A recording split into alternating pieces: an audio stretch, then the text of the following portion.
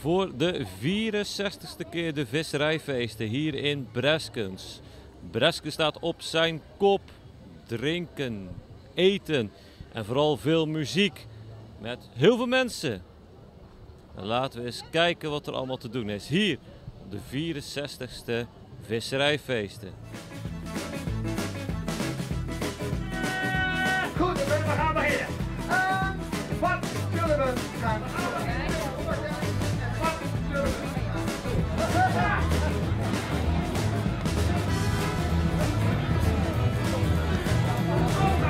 Dat was hartstikke goed. Ja, dat weet ik.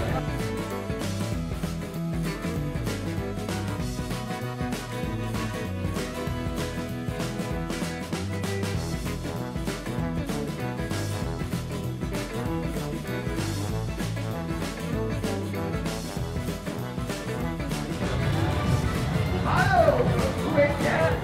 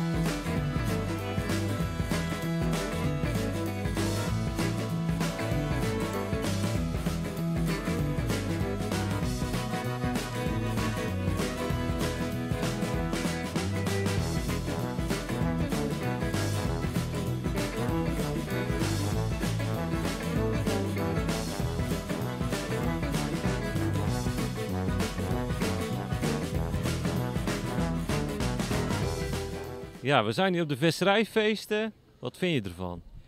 Geweldig. Ik kom al een paar jaar. En we liggen hier ook met een oude reddingsboot in de kaai. Dus aan een stichting is dat. Dus die houden we in ere.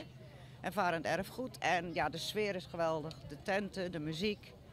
Ja, fantastisch. Ja, ga je nou alle 3 de dagen of ga je nou alleen bijvoorbeeld vandaag? Nee, ik ben van vrijdagavond al hier. Dus ik heb lekker op de boot geslapen. Maar vanavond gaan we weer naar huis. Kom je nou ergens nog speciaals voor de muziek, voor de braderie? Ja, voor heel de ambiance. Iedereen. Maar we kennen er hier heel veel. Mijn man die heeft hier ook jaren gevist. Dus ja, het is gewoon super voor de braderie. Ja, voor alles komen we. Ik zou zeggen, geniet er nog van.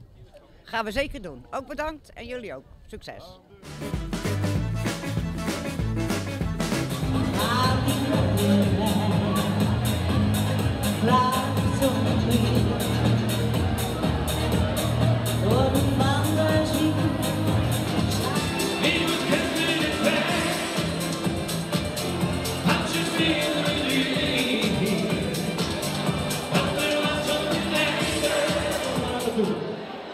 Ik kijk even of de volgende acties voor klaar staan. Dit was het dan, de visserijfeesten van Breskens 2017.